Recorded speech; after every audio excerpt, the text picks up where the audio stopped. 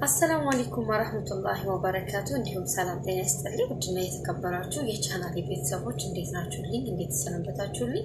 ለዚህ ቻናል አዲስ ከሆናችሁ ሰብስክራይብ በማድረግ ቤተሰብ ይሁኑ። ቤተሰብ ይሆናችሁ ደግሞ እንኳን ደህና መጣችሁ። እንግዲህ ዛሬ የመጣሁበት ቪዲዮ በጣም የሚያሳዝን ልብ የሚነካና በጣም ሁላችንም ያሳዘነ ነገር ነው። እሱ ነገር ምን እንደሆነ እስከ ቪዲዮ ፍጻሜ ድረስ አብራችሁ ቆዩ። እንግዲህ ነፍሴ ቲዩብን ሁላችሁም ታቋታላችሁ። ማታቋት ካላችሁ ደግሞ ነፍሴ ቲዩብ የሚል ዩቲዩብ ቻናል ላይ ሁለት ባልና ሚስቶች ይሰሩ ነበር።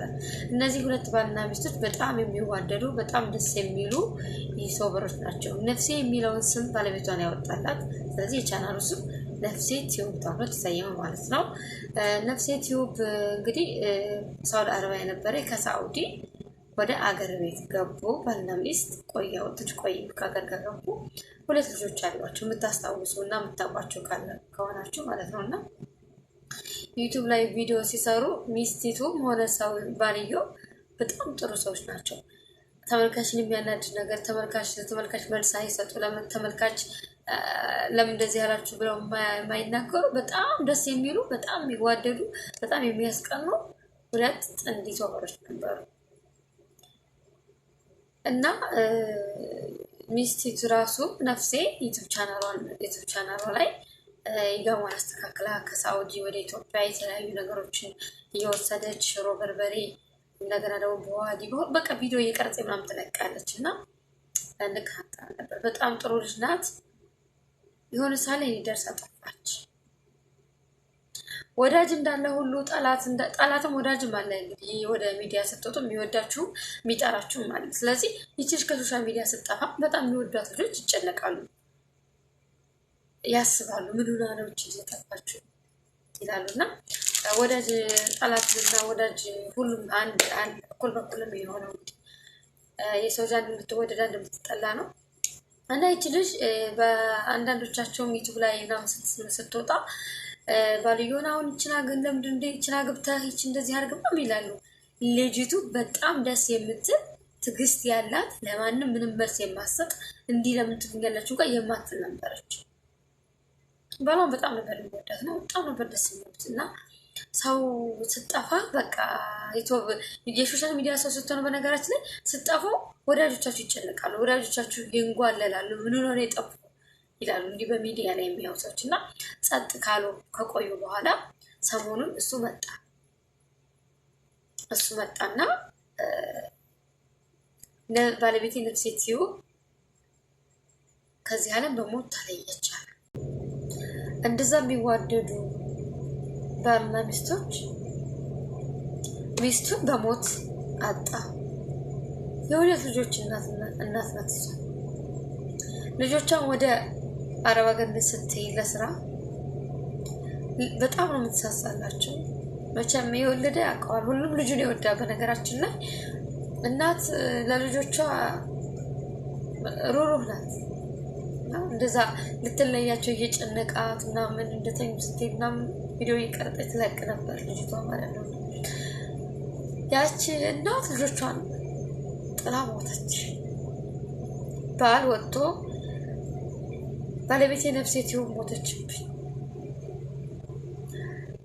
ለእናንተ መጥቼ እንድናገርም ያስገድደኝ ነገር ቢኖር በተከበረው በረመዳን ወር ዱዓ እንድታደርጉላት፣ ቁርአን እንድቀሩላት፣ እናንተ ጋር ፎቶና ቪዲዮ ካላት እንድታጠፉላት ነው ብሎ በትህትና ጠይቆ በጣም እያለቀሰ ማውራት እስኪያቅተው ድረስ እያለቀሰ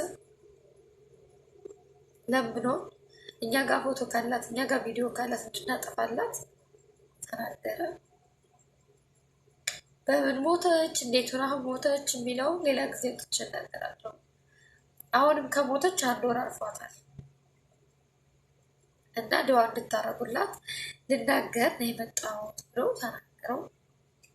ቪዲዮውን ለቆ ወጣ። በኋላ ከሱ ዩቲዩብ ቻናል ላይ የእሷና የእሱ ቪዲዮ በጣም ነፍ ነበር። በጣም ትልቅ ዩቲዩበሮች ናቸው። 50 ምናምን ሰብስክራይብ ያለው ቻናል ነው። አብረው ነው የሚሰሩት።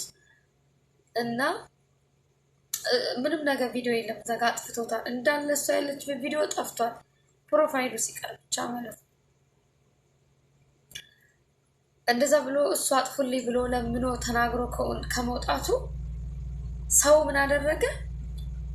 ያንን ፎቶ ሲያጡ ማለት ነው እየገቡ ሲያጡ የፕሮፋይሉን ስክሪንሾት እያነሱ እንደገና ደግሞ ቪዲዮ ምናምን እየፈለጉ በፊት ዳውንሎድ ያደረጉትን እየለቀቁ አጥፎ ቢባሉ እንደገና ሚዲያውን እንደ አዲስ አጥለቀለቁት ማለት ነው። በነገራችን ላይ አታርጉ የተባለውን ነገር ባናረግ ተመራጭ ነው። በመሰረቱ ይቺ ልጅ በጣም ምስኪን ልጅ ነበረች። አላህ ይርሐማት። አላህ ጀነትን ፊርደውስ ይወፍቃት። አላህ ከደጋጎቹ ያድርጋት፣ ወንጀሏን ያቅልልላት። የልጆች እናት ነበረ። ልጆቿን አፍስሳ ሄደች። እነዚህ ልጆች ነፍስ አያውቁ።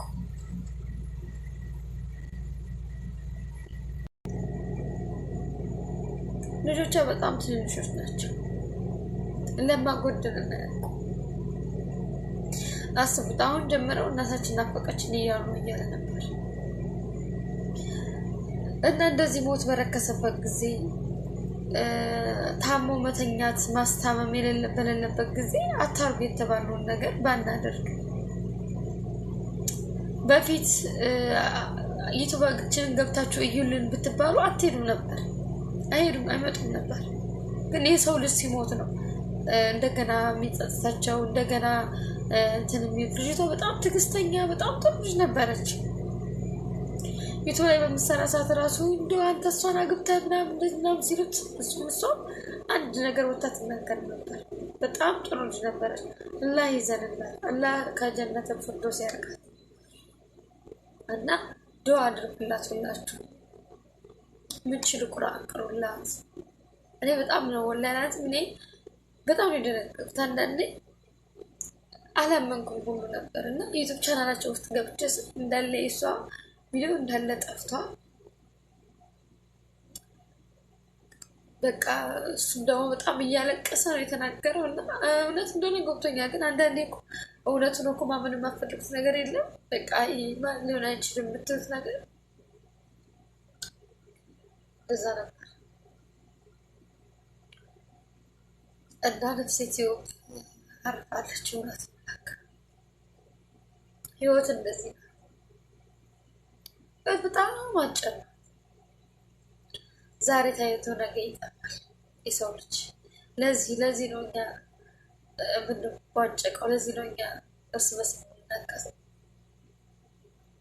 ያቸው ሩሩ ሴት በጣም ሊዛ ምሳሳላቸው ልጆቿን ልቅፋ ሄደች። ገና ልጅ ናት፣ ገና አልኖረች። መኖር የለም ማለት ነው።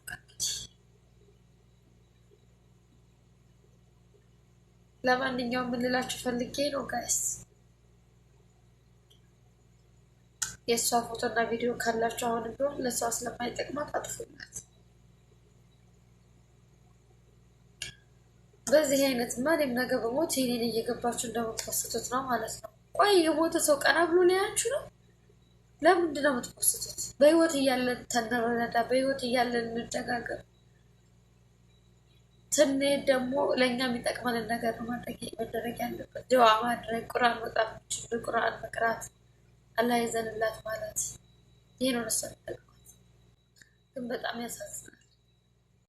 በቀጣይ ቪዲዮ እስክንገናኝ ደህና ሰንብቱልኝ። እሷንም አላህ ይረህም።